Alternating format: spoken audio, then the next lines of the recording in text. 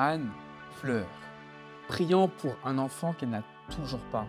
Et pourtant, elle repart en paix. Comment est-ce possible? Quand la paix de Dieu envahit un cœur malheureux, avant même que la réponse n'arrive, tout change. Veux-tu savoir comment trouver cette paix-là? Viens voir comment Anne a fait.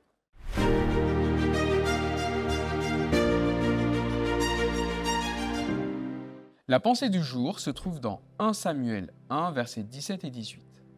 Dans ce cas, lui dit Élie, « Va en paix, et que le Dieu d'Israël exauce la requête que tu lui as adressée. » Anne répondit, « Je me recommande à ta bienveillance. » Puis elle s'en alla, se restaura, et son visage fut différent.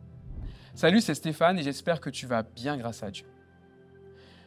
Anne est mariée à Elkana, mais elle ne parvient pas à avoir d'enfants.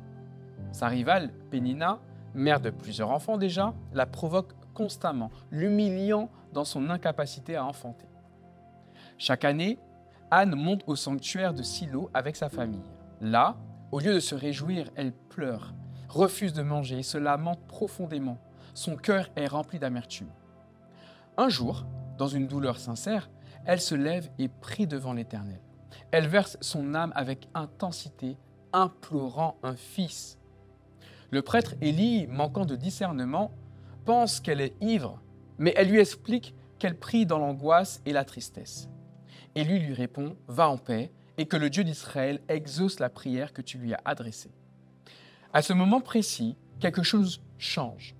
Anne retourne à ses occupations, son visage n'est plus le même et elle mange de nouveau. La paix l'a envahie, non pas parce que la réponse est arrivée, mais parce qu'elle a déposé son fardeau devant Dieu.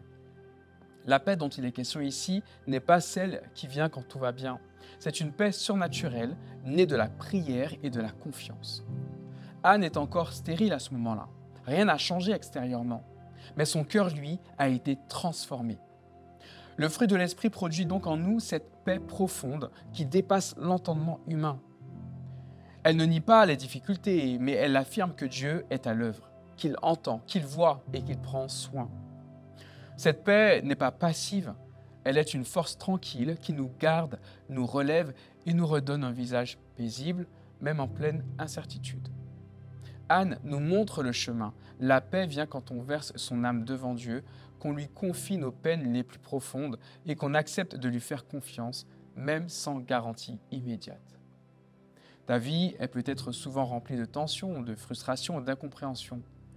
Tu portes peut-être des douleurs cachées, des prières non exaucées, des attentes silencieuses. Et tu perds ta paix parce que tu gardes tout en toi ou parce que tu essaies de tout contrôler. L'Esprit Saint t'invite à faire comme Anne, à aller vers Dieu avec honnêteté, à ouvrir ton cœur en vérité et à te laisser remplir de sa paix.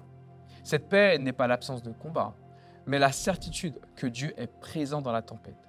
Elle ne dépend pas des circonstances, mais de ton ancrage en Dieu.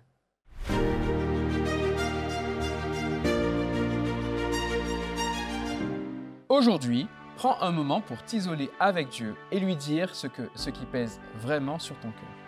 Écris une prière sincère comme Anne, sans filtre. Puis, relis Philippiens 4, versets 6 et 7 et laisse la paix de Dieu te remplir. Respire profondément et choisis de lui confier ce fardeau.